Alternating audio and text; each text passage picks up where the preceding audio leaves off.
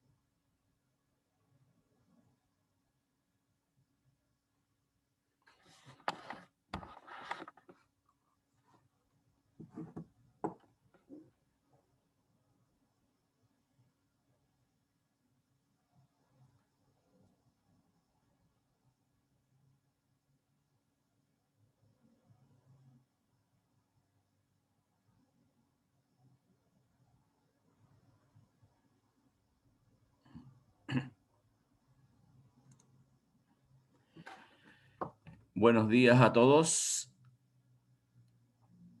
Buenos días, profesor. Buenos Buenos días, días, profe. Vamos a esperar unos 5 minutos Hola, profe. porque... Hola, Tamara. Es posible que algunos de sus colegas estén en otra clase y realmente la clase comienza a las 9:40, ¿ya?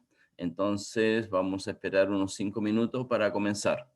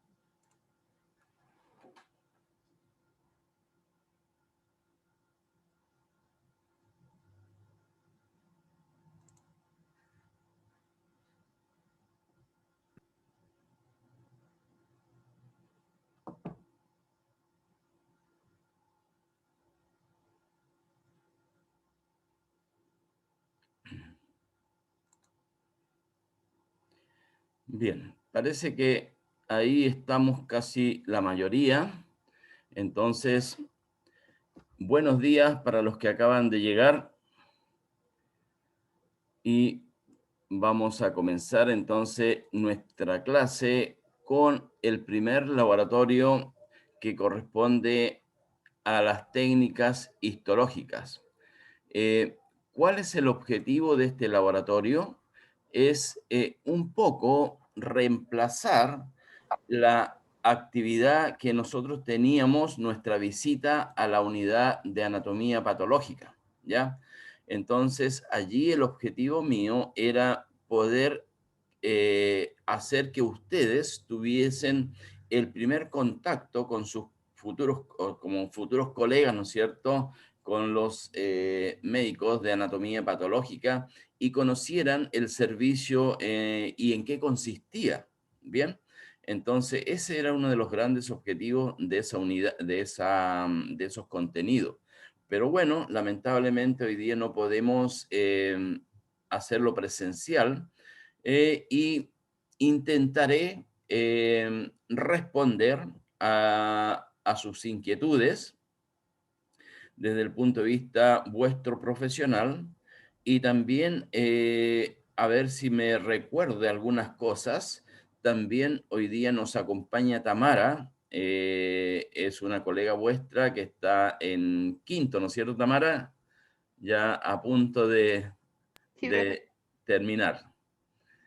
Entonces, Tamara allí de repente me podrá ayudar y recordar algunas cosas desde el punto de vista técnico de la unidad, la importancia que tiene esta unidad dentro de lo que es el servicio de salud de un hospital, ¿ya? Entonces, ese es el laboratorio de hoy día y que vamos a desarrollar. Entonces, no sé si alguien tiene alguna pregunta, alguna consulta, alguna duda. Si no, también podríamos darle la palabra a Tamara para ver si nos puede, les puede ayudar en algo, algún consejo, alguna inquietud. Adelante, Tamara.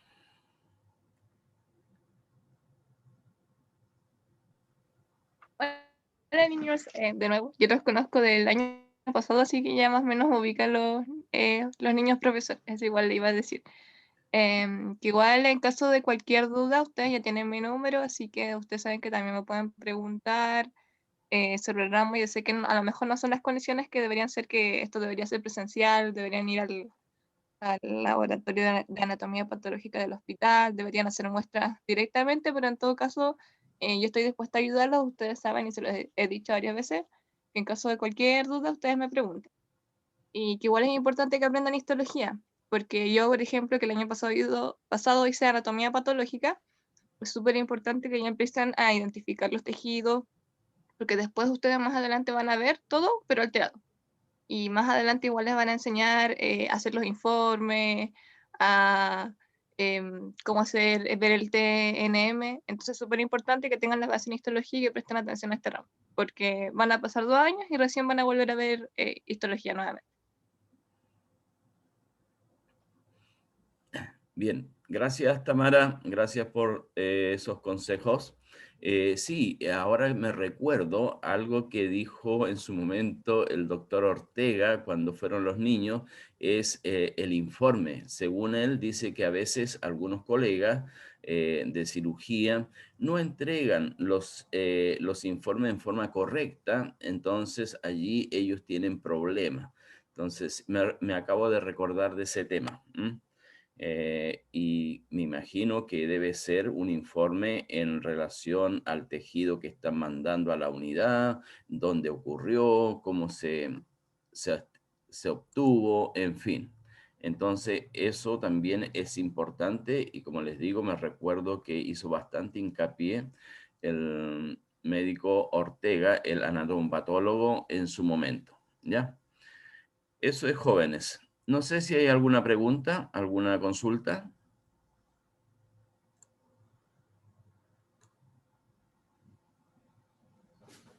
Profe, ¿subió el PBT o lo va a subir después de esta clase?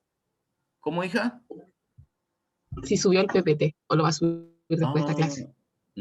sí, tienes razón. No lo alcancé a subir, o sea, no lo subí anoche. Mis disculpas. En cuanto termine la clase, lo subo y al mismo tiempo les envío la clase, ¿ya? Ya, profe. Ya. Bueno, vamos a comenzar entonces, como les decía. El objetivo mío era llevarlos allá al hospital y que conocieran esta unidad. Entonces voy a tratar más o menos de explicar. Esto también nosotros lo hacemos en la universidad, pero está más o menos asociado a la investigación. Entonces, y también a hacer las muestras para histología, para embriología, para las distintas asignaturas, para biología celular también. Entonces, nosotros en la universidad hacemos estas muestras, pero con fines pedagógicos, ¿no? Entonces, allí sacamos los tejidos, ya sea de conejo, de ratón, de cerdo, y también para el caso de embriología de fetos humanos, ¿ah? De 12, 13 semanas de gestación.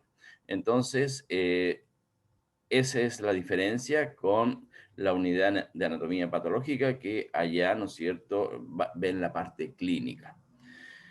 Bueno, una de las cosas importantes, jóvenes, siempre, y que también en su momento recalcó el médico Ortega, era que la obtención de la muestra. Lo importante es obtener una muestra que no sea muy grande. ¿Por qué? Porque el líquido fijador tiene que embeber toda esa muestra y dejarla, ¿no es cierto? Recuerden que el fijador es un líquido que cumple las funciones de preservar el tejido, de dejarlo lo más parecido a como estaba en vida. Entonces, la muestra, la pieza no debe ser muy grande porque el líquido tiene que embeber toda la muestra, ¿no es cierto? Y si sucede lo contrario, el tejido no va a ser bien fijado. Entonces, eso es una parte importante. Lo segundo, anotar bien el tipo de tejido o la clave que ustedes les van a dar. Entonces, acá en la diapositiva se muestran estos cajetines o rejillas, ¿no es cierto?, en cuyo interior acá se coloca la muestra y luego se cierra con esta tapita, ¿ya? Entonces, allí al interior, junto con la muestra, ustedes deben colocar a qué corresponde en forma clara y precisa. Por supuesto, les debo comentar que esta especialidad de anatomía patológica no es muy apetecida por vuestros colegas en el ejercicio, ¿no?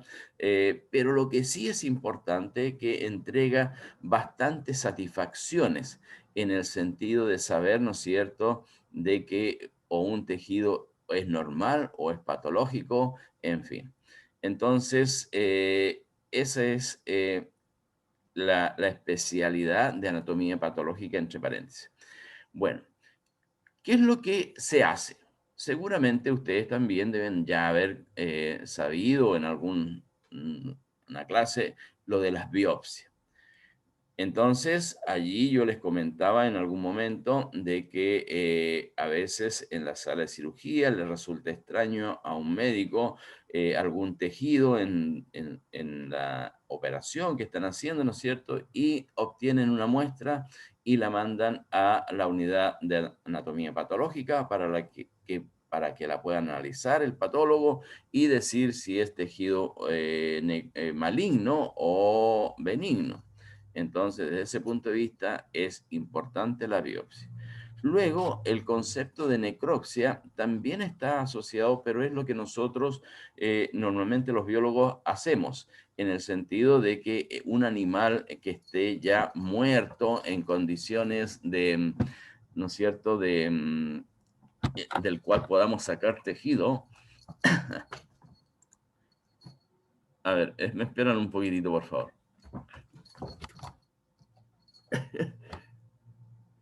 Tengo acá una mascota que es un poco agresiva, la chica.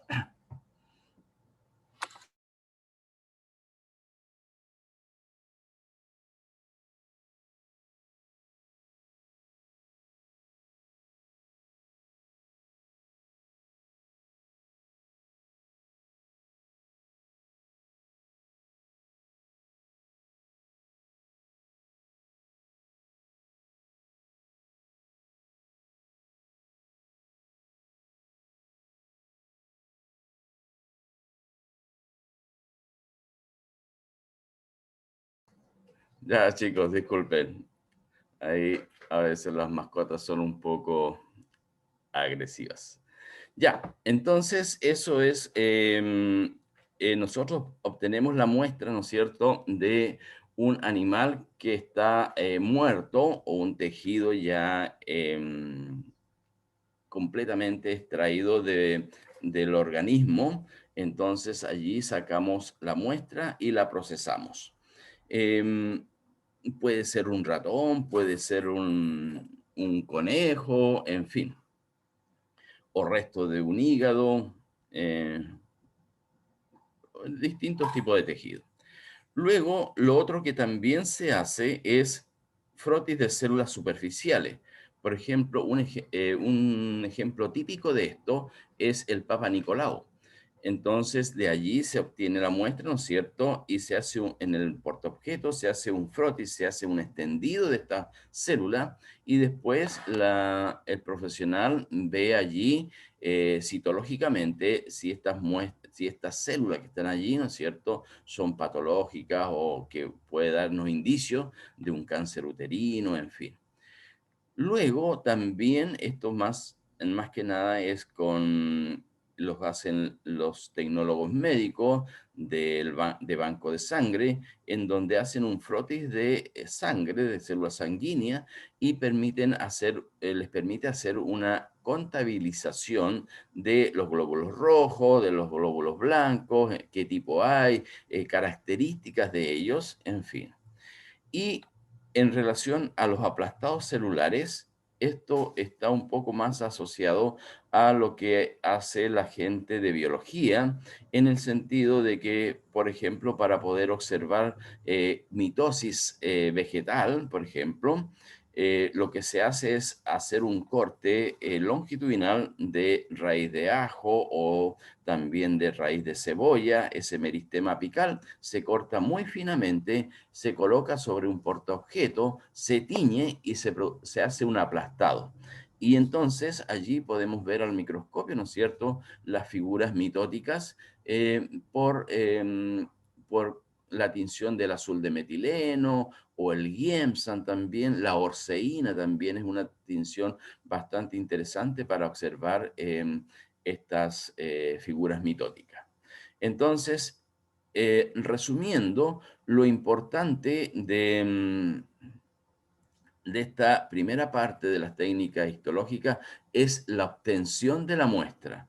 La muestra debe ser en forma correcta, tratar de colocarla lo más pronto posible en el fijador y de allí, ¿no es cierto?, comienza el proceso de trabajo para obtener una buena observación. Bien, ¿alguna pregunta, alguna consulta?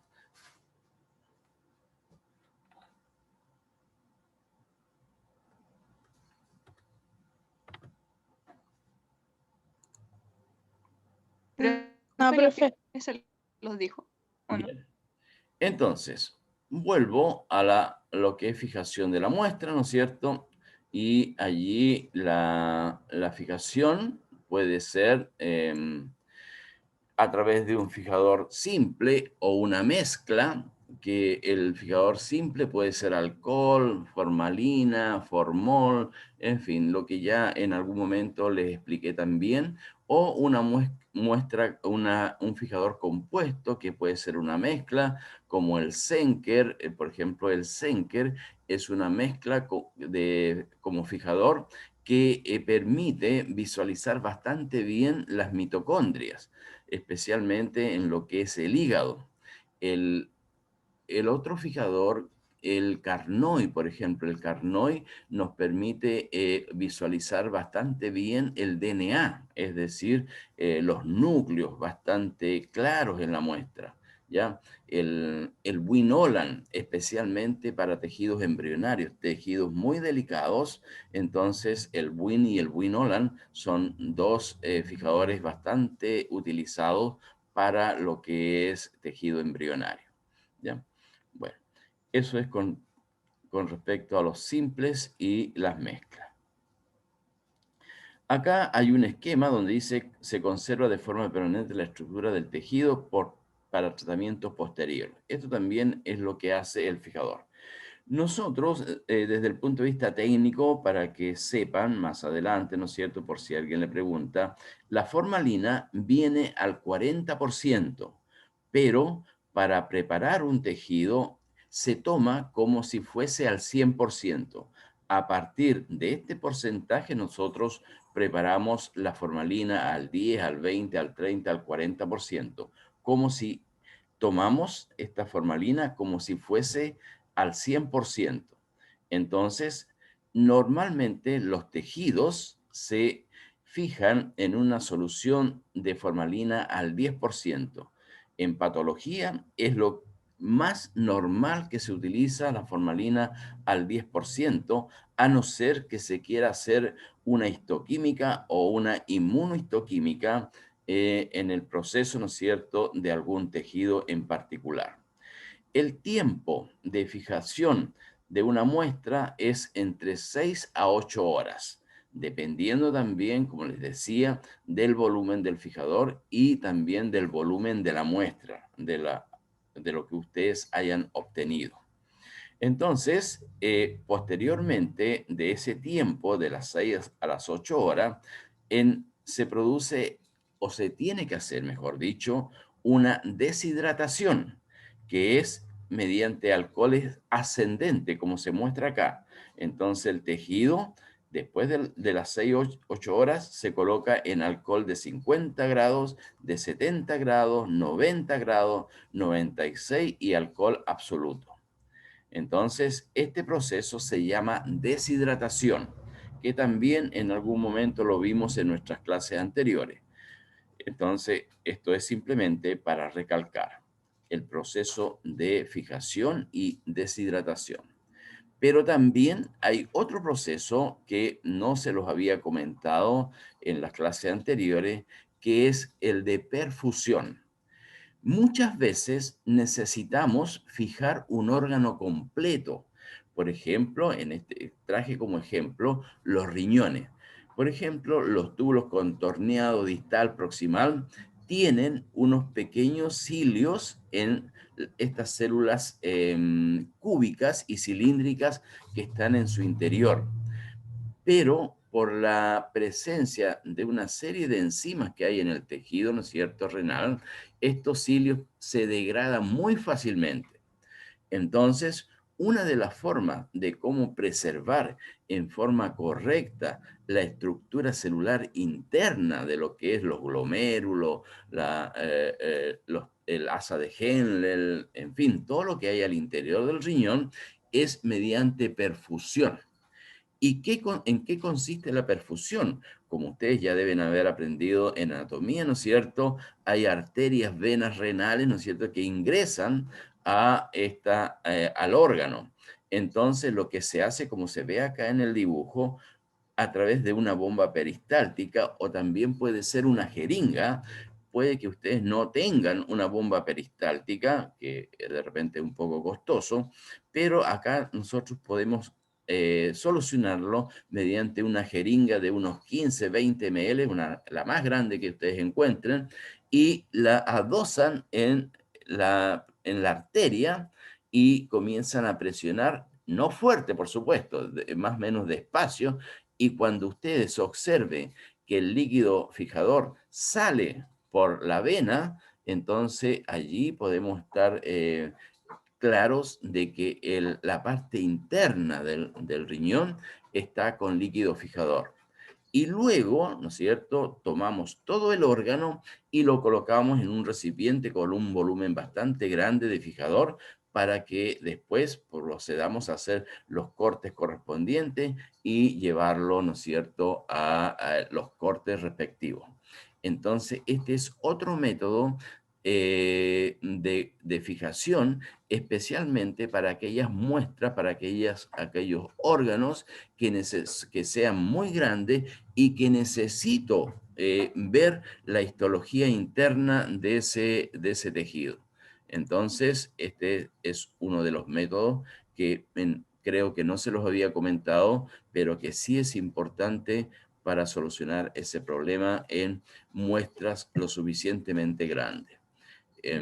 Bien. ¿Alguna pregunta, consulta?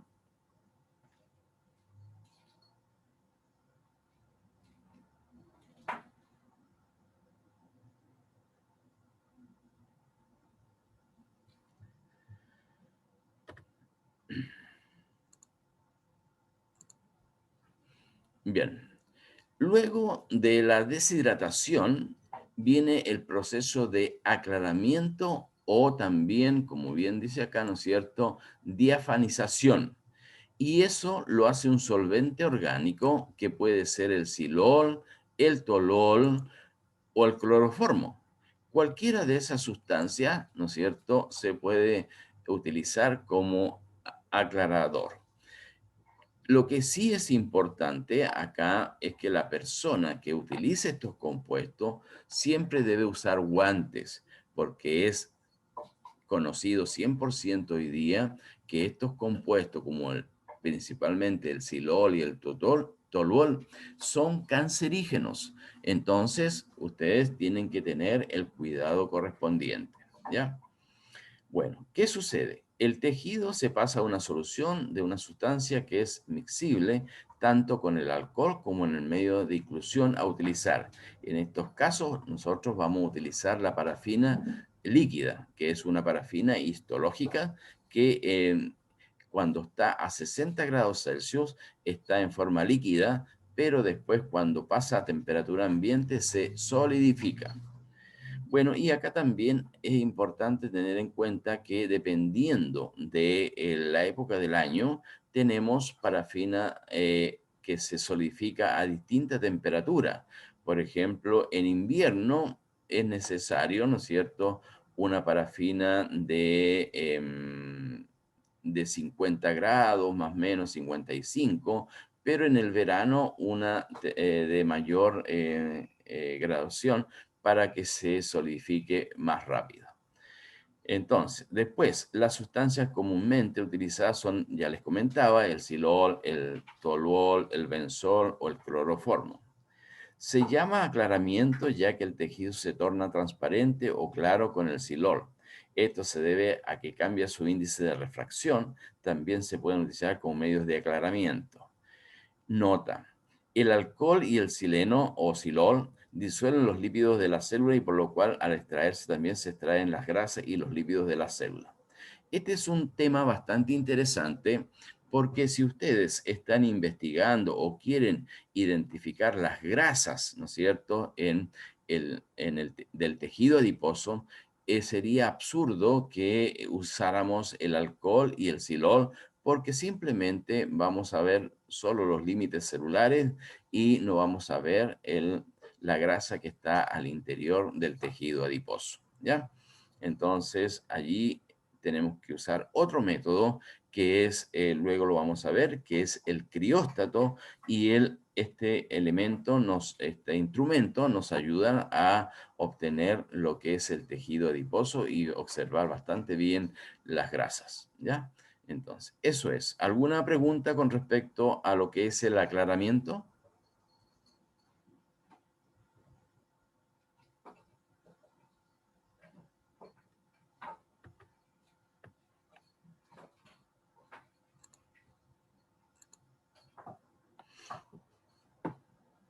Bien. Entonces, luego pasamos, una vez que se haya aclarado la muestra en este silol, tolol, se pasa a la inclusión en parafina. Acá está la muestra, están estos cacharritos que ustedes ven acá, que nosotros utilizamos estos cubitos de papel. Entonces, al centro colocamos la muestra y luego se vierte la parafina líquida en su interior y se transforma en lo que es el taco. Acá ustedes pueden ver que al centro, de color amarillento, allí está la muestra y alrededor está la parafina. Entonces, este es el proceso de cómo se hace la inclusión. Se coloca la muestra, se vierte la parafina líquida al interior de este recipiente y finalmente se transforma en lo que es el taco. Tenemos que tener cuidado siempre de continuar con la clave o el nombre del tejido con el cual estamos trabajando. ¿ya? Entonces, eso también es importante porque no vamos a llegar al término del trabajo de investigación, ¿no es cierto? Y no saber qué tejido es el que estamos analizando, ¿ah? A pesar de que a microscopía podemos identificarlo, pero puede que haya algún tratamiento especial y nosotros no podamos discernir con respecto a los resultados. Entonces, lo que ustedes observan acá en la parte inferior corresponde a los tacos, en donde al interior está la muestra. En algunos casos la muestra puede ser lo suficientemente grande y en otros un poco más pequeño, ¿ya? Entonces, esta es la inclusión por parte de la parafina en lo que es el proceso de las técnicas histológicas. Algo semejante a esto, pero en vez de parafina, se hace con resina, es el trabajo para microscopía electrónica, pero por supuesto los tacos son mucho más pequeñitos y se hace exactamente lo mismo, ¿ya? Entonces, eso es. No sé si hay alguna pregunta.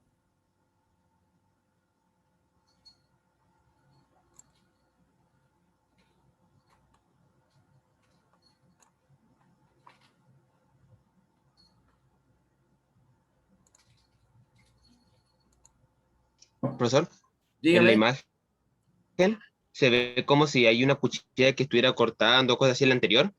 Entonces, ¿qué es lo que se está cortando en ese momento? La...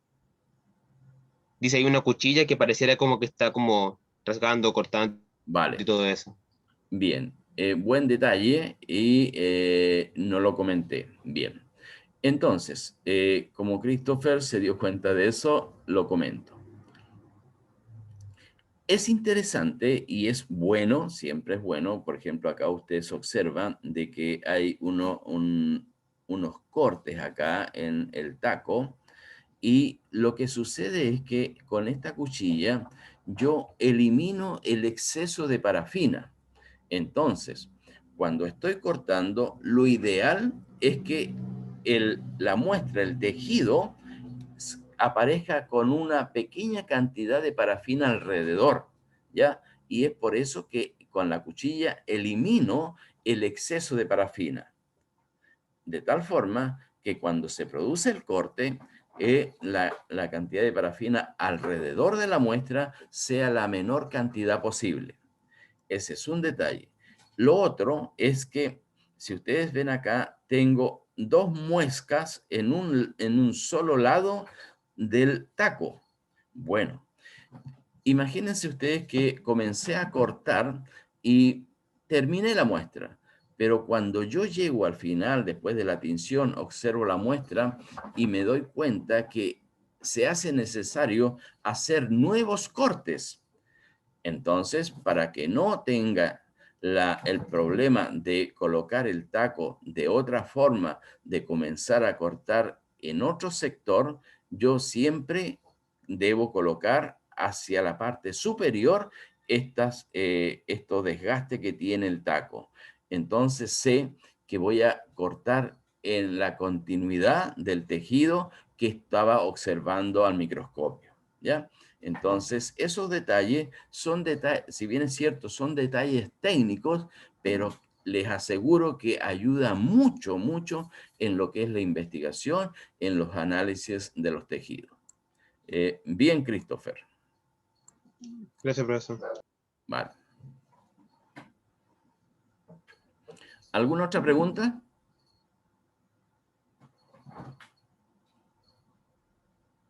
Tengo una pregunta con el último corte que están haciendo, que es el corte arriba de la pirámide, para dejar como expuesta la muestra que se metió en el bloque parafina. Eh, Es en ese que dice devastado y bloque listo para cortar. Ah, Desbastado. sí, correcto. Es más o menos lo que le explicaba a Christopher, ¿no es cierto? Se elimina el exceso de parafina, porque si acá en el bloque, en la parte superior, es un cuadrado el que está, ¿no es cierto? Entonces la idea es desbastar lo suficiente para que quede solamente la muestra con poca parafina alrededor. Eso es máximo. Ahora, ¿qué pasa si el patólogo, la persona que está haciendo la muestra, se pasa un poco y corta la muestra? Hoy, ahí sí que entramos en problema, porque justo puede que coincida que el tejido que está allí es, por ejemplo, puede ser un cáncer incipiente, ¿no es cierto? Y justo ese tejido mostraba que esas células tenían una mitosis anormal. Y entonces allí puede dar un diagnóstico equivocado y después el paciente pasa a visitar a San Pedro con el tiempo, pues entonces ahí es complicado. Por eso que tiene que las personas que hacen esta técnica tienen que ser rigurosos y proceder con bastante cuidado al respecto, ¿ya? Eso es máximo. Ya, profe, muchas gracias. Profesor, y una última pregunta. Entonces, hay un compañero que tiene mal el micrófono, pero está preguntando si el papel que se usa es un papel normal o es un papel especial o algo. No, no, no. Acá nosotros, acá en la universidad, en nuestro laboratorio, utilizamos el papel este de la fotocopia. Es el papel que utilizamos. Pero en patología ellos tienen unos recipientes especiales, ¿ah? Para colocar la muestra. No, no son tan rasca como nosotros, eh, pero lo importante, hijo, es que funciona, es práctico. Entonces, como son papeles desechables de la fotocopia, entonces ahí los reutilizamos en esta función, ¿ah? Esa es la idea. Excelente, muchas gracias. Eso. ¿Alguna otra pregunta?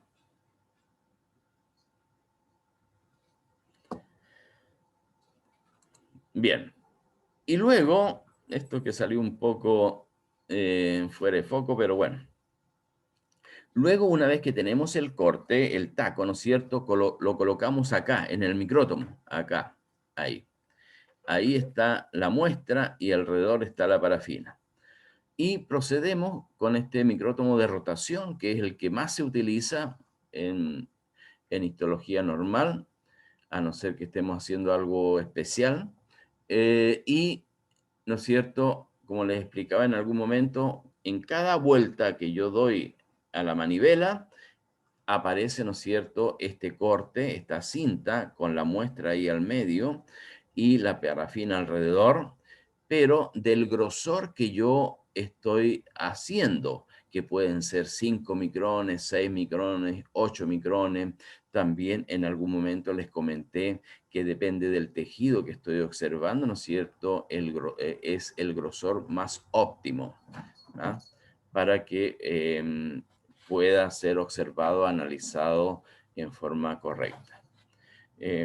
Bueno, si ustedes se dan cuenta, miren acá hay unas entradas, ¿no es cierto?, en la parafina, y eso me permite a mí identificar y diferenciar cada uno de los cortes y luego cortar en esa zona y colocar una muestra en cada portaobjeto. Entonces, ese es otro detalle también importante que es, desde el punto de vista práctico, sumamente ayuda bastante, ¿ya? Bien, eso es con respecto al micrótomo. Este es insisto, es un micrótomo de rotación y miren allá, acá en el círculo, ¿cierto? Es como van saliendo las muestras por el corte con la cuchilla que está acá, esta estructura negra, corresponde a la cuchilla histológica de corte. Bien. Luego, en relación a las biopsias que se utilizan, ya en algún momento les comenté lo que sucede, ¿no es cierto?, en el quirófano. Si hay alguna duda del cirujano, manda a la unidad de anatomía patológica y ese corte tiene que ser de una respuesta rápida. No puede, ¿no es cierto?, tener allí al individuo abierto todo el día y entonces el instrumento que se utiliza es esto. este crióstato que está acá, que es un Leica, es un muy bueno, muy bueno. Entonces, ustedes ven que acá tiene un vidrio, esto se desliza hacia atrás, se coloca la muestra en su interior. En el fondo es un micrótomo de rotación, acá tiene la manivela, ¿no es cierto? Pero funciona a menos 20 grados Celsius en su interior. Entonces, el tejido que llega del quirófano, ¿no es cierto?, se coloca en una solución, en un gel, que es OCT, no me recuerdo, la sigla es OCT, pero no me recuerdo el nombre químico. Pero, ¿qué es lo que hace? Es un gel que permite que la muestra del tejido, cuando se está congelando, no produzca cristales. Recuerden que las células nuestras son un 70% de agua. Entonces, si al congelarse esta célula produce cristales, por supuesto va a producir ruptura de los tejidos, del citoplasma, de lo que está al interior de la célula. Y eso va a impedir una buena observación. Entonces, lo que hace este gel es que la temperatura, ¿no es cierto?, la congelación de ese tejido vaya en forma lenta y paulatina para que no haya destrucción de la célula. Entonces, eso también es sumamente importante y luego la muestra se coloca acá, en esta platina, que es una muestra que ya está congelada con OCT. En su interior está el tejido, acá está la cuchilla y se procede al corte, ¿no es cierto?, exactamente igual que lo hiciésemos en el micrótomo de parafina, pero lo importante es que acá todo está, el instrumento está a menos 20 grados Celsius. Después, con mucho cuidado, el operador procede a sacar esta muestra con el portaobjeto, lo coloca en el portaobjeto y lo procede a teñirlo con una tinción rápida y después se lo pasa al anatomopatólogo para que vea el tejido y pueda decir es patológico o es normal. Entonces, el crióstato en la unidad de anatomía patológica es un instrumento fundamental para hacer las biopsias. Eso es, jóvenes. No sé. Tamara, algo que se me haya pasado, algo que no haya dicho y que sea importante para los chicos?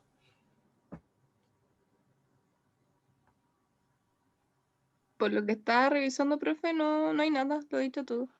Bien, vale, gracias. Entonces, no sé si hay alguna pregunta, alguna consulta.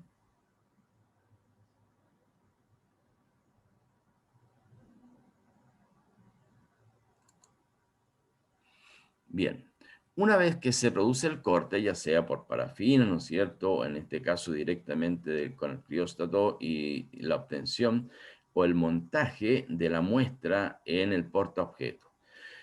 Entonces, lo que se hace en el caso de la parafina es esta cinta, ¿no es cierto?, que tenemos, que cortamos, que obtuvimos en el micrótomo, la cortamos como se ve acá, y luego con el portaobjeto lo introducimos por debajo y se coloca, ¿no es cierto?, la muestra sobre el portaobjeto.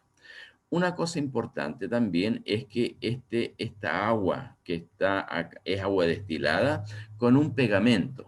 Nosotros utilizamos normalmente gelatina sin sabor al 1 o al 2%, y ese medio hace que el corte se pegue al portaobjeto y lo dejamos allí en la estufa a 35 grados Celsius durante todo un día para después proceder al corte, perdón, a la tinción, ¿ya? Entonces, aquí hay que tener bastante cuidado. Y una cosa importante, que la temperatura de esta agua tiene que estar a 40 grados Celsius para que esta muestra se estire lo suficientemente bien y no se produzcan esos dobleces que a veces uno observa a microscopía, ¿no es cierto?, y cree que es una estructura anómala del tejido, pero es que simplemente hubo un doblez y se montó el resto del tejido y se observa una estructura extraña. Entonces, allí es importante mantener la temperatura a 40 grados Celsius para que podamos estirar bien la muestra y recogerla y tenerla en el portaobjeto. Entonces, este es el montaje. Y acá a mano derecha, ¿no es cierto?, está el portaobjeto con la muestra completamente completamente pegada y lista para proceder a la tinción. ¿Ya? Eso es lo que sucede en el caso del montaje de la muestra en los portaobjetos y los cuidados que hay que tener con respecto a ello. ¿Preguntas?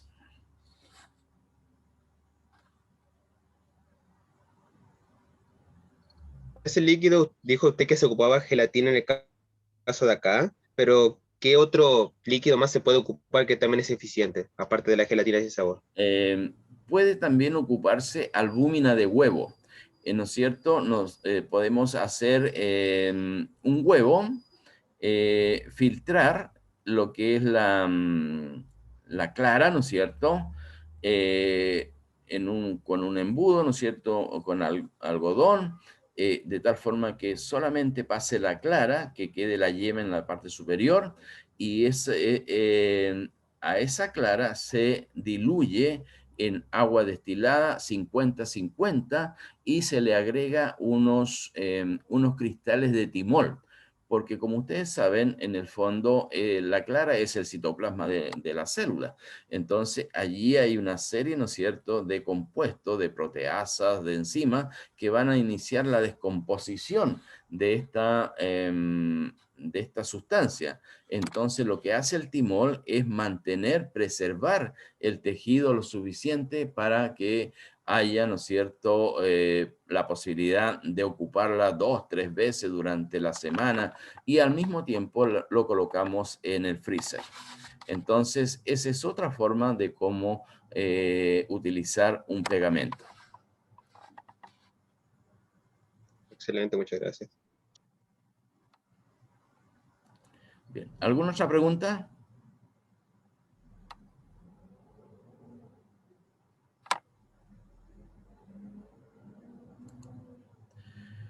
Bien. Algunas características presentes en la tinción que deben tener.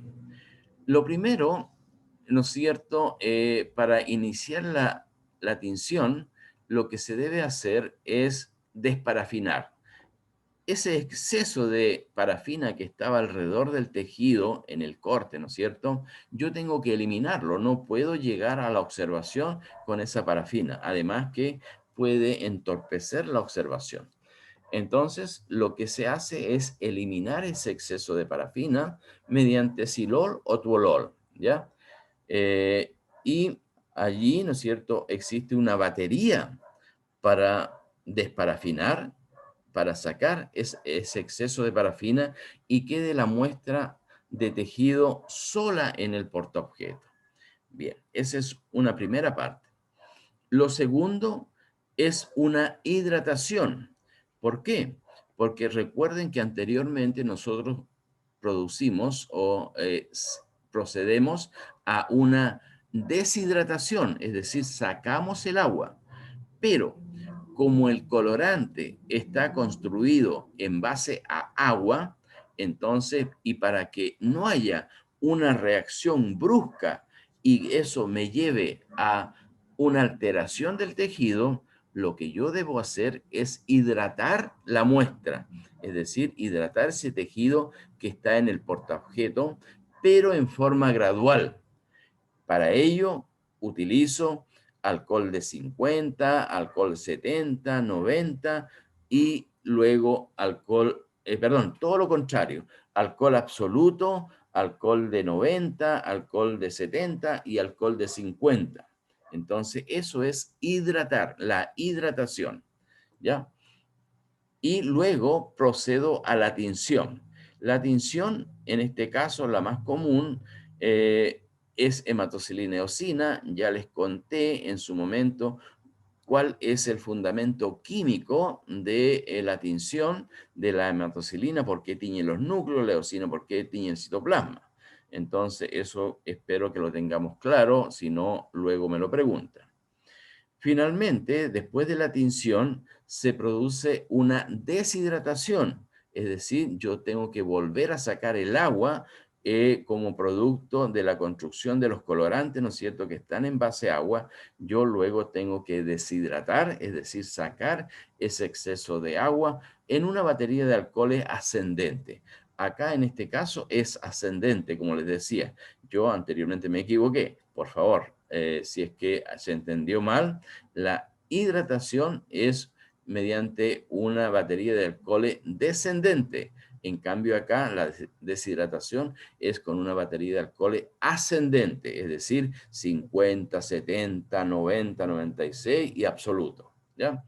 Y luego el aclaramiento del tejido, que también volvemos a utilizar silol o tolol, como en el caso anterior, ¿no es cierto?, del aclaramiento de la muestra al comienzo, y luego procedo a montar la muestra con un pegamento que puede ser bálsamo de Canadá, pero prácticamente hoy día ya no se utiliza porque prácticamente se demora una semana, 2 semanas en solidificar.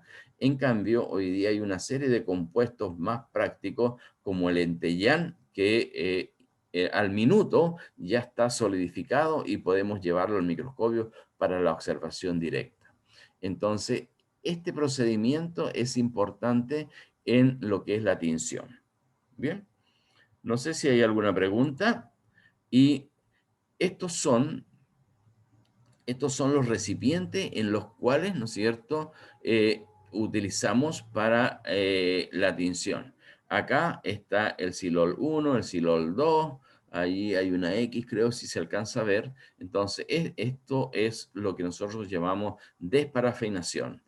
Esto es lo que nosotros llamamos hidratación. ¿Ven? Acá está el alcohol de 100, el alcohol de 102, el alcohol de 96, el de 70, y luego llego a la tinción. Esta es la hematocilina y la eosina, y acá están los portaobjetos, ¿no es cierto?, en este recipiente, que es un recipiente para 20 portaobjetos con muestra, y luego se procede, ¿no es cierto?, a la deshidratación, porque esto está construido en base a agua, y finalmente para llegar a lo que es el montaje, con un medio lo suficientemente transparente para poder ser observado al microscopio, ¿ya? Entonces, este es el proceso, estos son los instrumentos, los cacharritos, en donde nosotros tenemos los líquidos para pasar las muestras y vayan procediendo ya sea a la desparafinación, la hidratación, deshidratación y la tinción propiamente tal. Como ejemplo, acá hemos tomado la hematocilina eosina. Bien. No sé si hay alguna pregunta. ¿Todo este proceso tiene una duración de cuánto más o menos? Perdón, ¿cómo? ¿Todo este proceso tiene una duración de cuánto tiempo más o menos? Ah, ya. Generalmente, para estos 20 portaobjetos con muestra que tenemos acá, son 5 minutos en cada líquido que incluye la tinción. Ese tiempo puede variar en los colorantes propiamente tal.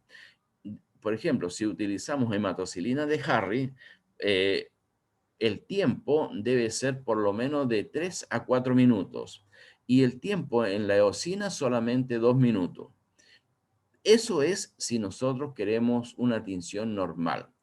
Pero muchas veces queremos, ¿no es cierto?, aumentar la coloración de alguna estructura en la muestra. Entonces lo que hacemos es colocar más tiempo el colorante, la muestra en el colorante, ¿ya? Entonces, a veces queremos ver los núcleos pignóticos, por ejemplo. Esos que están muy teñidos, en el cual el DNA está muy condensado, la eucromatina, la heterocromatina. Entonces allí nosotros colocamos más tiempo en el colorante correspondiente. Entonces, también el colorante, el tiempo en el colorante, depende de lo que quiero obtener, ¿ya? Por eso que allí es importante también qué es lo que quiero observar. Eso es. No sé quién preguntaba. Yo, bueno, muchas gracias, profesor. Me queda un Ya, poquito más claro. perfecto. ¿Algo más?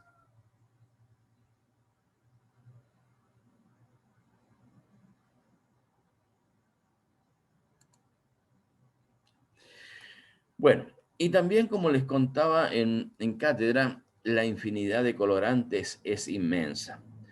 También recuerden que hablamos de la histoquímica, hablamos de la inmunohistoquímica. Entonces acá yo he traído tres ejemplos de colorantes de muestras teñidas, en donde acá tejido nervioso, ¿no es cierto? Está con Alcian Blue o azul Alcian también. Y se ven acá las neuronas bastante bien, ¿no es cierto? El tejido neuronal alrededor, lo que es la glía, ¿no es cierto? El tejido neuronal de sostén de esta célula. Y acá esto es una inmunohistoquímica para lo que es el epitelio del intestino delgado con biotina. Esta es una tinción que hoy día se utiliza especialmente acá me acuerdo que lo comentó el doctor Ortega y lo utilizan acá en anatomía patológica. Es una inmunohistoquímica. En este otro caso es una hematocilina eosina con orceína y especialmente lo que corresponde a los vasos sanguíneos, a una arteria, donde la orceína identifica las fibras elásticas, ¿no es cierto? La elástica interna del vaso sanguíneo y de esa forma nosotros podemos diferenciar lo que es músculo o fibras colágenas de las fibras elásticas. Esto también, en este caso, es una histoquímica. Este es una inmunohistoquímica y este es una tinción por azul alcia de tejido nervioso. Bien. Y luego, ¿no es cierto? Quería comentarles los cuidados que hay que tener en el montaje. El entellán o el medio de montaje, el bálsamo de Canadá, lo que ustedes estén utilizando como medio de montaje, lo deben colocar sobre el tejido en donde van a colocar el portaobjeto. Y luego, ¿no es cierto?, con mucho cuidado, deslizarlo, desplazarlo y dejarlo caer de tal forma que no se observen después en la observación al microscopio las burbujas, porque generalmente nosotros no tenemos el cuidado suficiente, lo dejamos caer y aparecen, quedan en el centro, en donde está el tejido, burbujas de aire. Y esas burbujas hay que eliminarlas.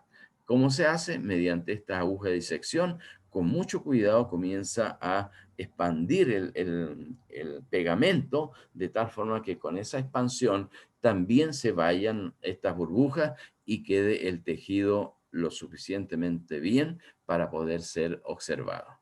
¿Ya? Entonces, eso también hay que tener cuidado en lo que es una buena preparación histológica, ya sea para la investigación, ya sea para patología o ya sea para la docencia. Entonces, esos son los cuidados que hay que tener. Bien, y ahí terminamos.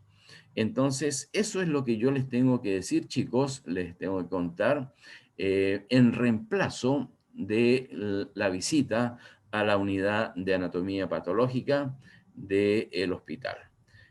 Espero que haya quedado un poco claro, no sé si se me pasó alguna cosa, alguna recomendación, no sé, que me haya olvidado, en fin, no sé, de repente allí puede que Tamara tenga algo que sea de importancia para ustedes. Pero si no, quedo abierto a las preguntas. Circula la palabra para las preguntas que puedan haber.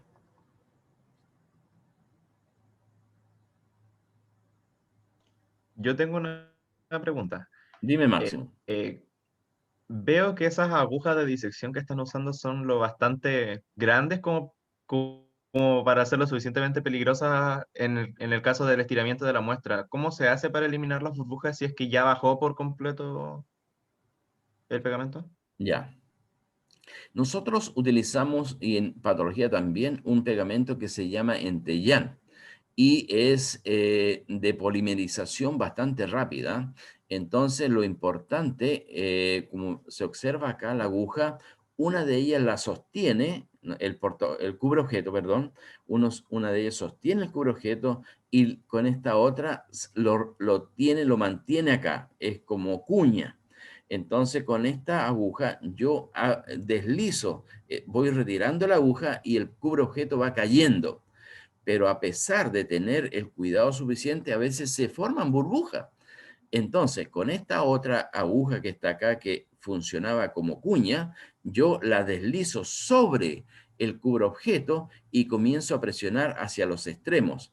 Pero este procedimiento tiene que ser rápido, porque este pegamento, la ventaja y al mismo tiempo la desventaja que tiene es que polimeriza, es decir, se coloca duro muy rápidamente. En un minuto esto se solidifica. Entonces, el proceso tiene que ser lo suficientemente rápido. Ahora, muchas veces conviene colocar el portaobjeto, proceder a esto en una superficie que sea un poco oscura, que sea café o negra, ¿no es cierto? Entonces allí podemos ver en forma más clara las burbujas que pueden estar. Pero claro, podemos observar las grandes, pero hay burbujas pequeñas que solamente las podemos ver al microscopio. Entonces, ese es el cuidado. Y bueno, y esto se adquiere con la práctica, Máximo, ¿ya? A través de hacer muchas muestras, uno ya logra identificar cuando un tejido está con burbujas y cuando no. Pero eso es un poco más o menos lo que te puedo comentar, Máximo. Ya, profe, muchas gracias. Y en ese proceso de estirar la muestra hacia los lados, ¿no se puede poner encima una de otra la parte de los tejidos? ¿Se pueden provocar dobleces? Es posible que suceda. ¿Mm? Ya, profe, muchas gracias. Profesor, también tengo una pregunta. Usted, en la imagen anterior, si no me equivoco, habían 3 tipos de corte, ¿no? ¿Esa? No, a ver cómo se quedó pegado el PPT. Este mismo. Aquí, la siguiente, donde estaban las 3 imágenes de 3 cortes distintos. La siguiente, ¿Esa? esa misma. Ahí usted dijo que habían distintos tipos de técnicas, como la inmunohistoquímica, la histoquímica y todo Sí, eso. correcto. ¿Cómo usted puede identificar cuál es cuál?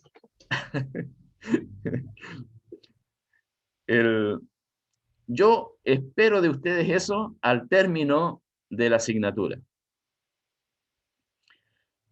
porque ya ustedes van a poder saber, por ejemplo, que ciertas tinciones son específicas para ciertos tejidos. En la medida que vamos avanzando en los laboratorios, yo les voy a ir contando de que, por ejemplo, la tinción de Van Gieson identifica histoquímicamente las fibras colágenas. Les contaba que la orceína identifica las fibras elásticas, que, como también la picrofruxina, ¿ya? Entonces, esas dos tinciones identifican las fibras elásticas. Y en donde haya fibras elásticas, van a colorearse de esta forma, entre medio del tejido. Esa es una parte, pero también nosotros tenemos el conocimiento teórico. Si en el caso de las arterias de grueso calibre, nosotros sabemos que en la íntima hay una elástica interna y también en lo que es la parte por fuera, después del músculo, hay una elástica externa. Entonces, lo que yo espero, si hago una tinción para una arteria de grueso calibre, mediante orceína, yo espero ver la elástica interna y la elástica externa. ¿Ya? Esa es una parte. Y en este caso, la inmunistoquímica, primero identifico el tejido acá y sé que inmediatamente que esto es intestino delgado, porque miren, los espacios blancos que hay acá por supuesto, corresponde a células caliciformes. Y como no estoy usando el PAS o el ácido periódico de Schiff, entonces lo que me está identificando acá de un color café son las células del epitelio, las células cilíndricas. Entonces, pero veo que hay una coloración café. Y esta coloración café es por el efecto del anticuerpo de la biotina. Y esto está asociado a la presencia, ¿no es cierto?, de filamentos de los microtúbulos. Recuerden que las células tienen microtúbulos.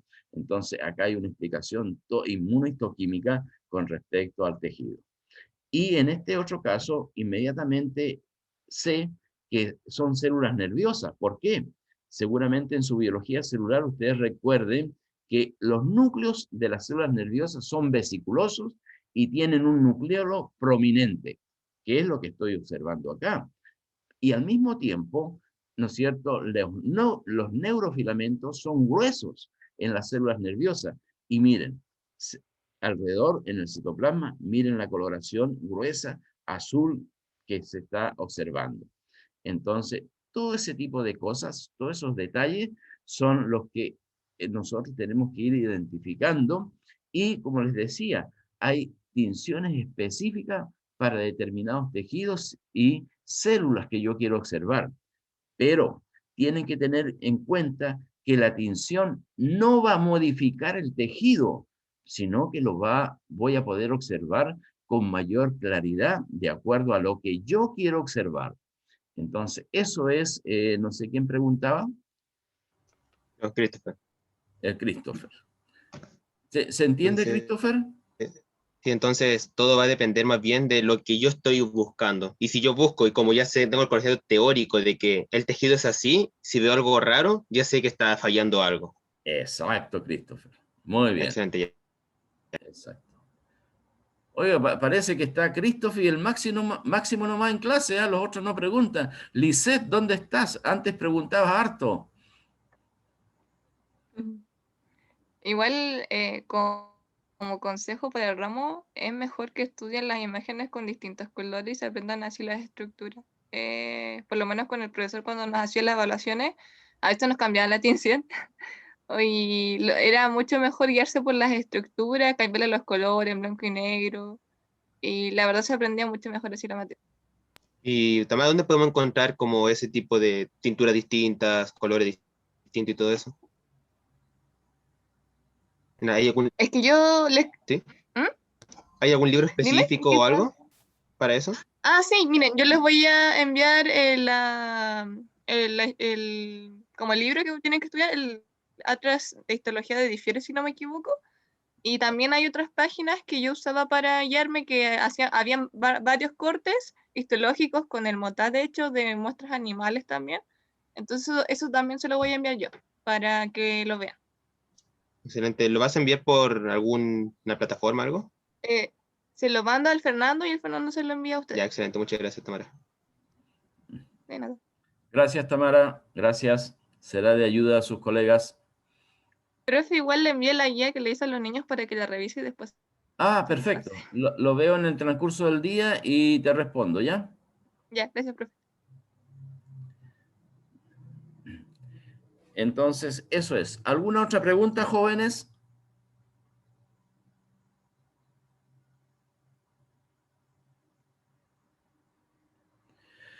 Bien, espero con este laboratorio haber un poco,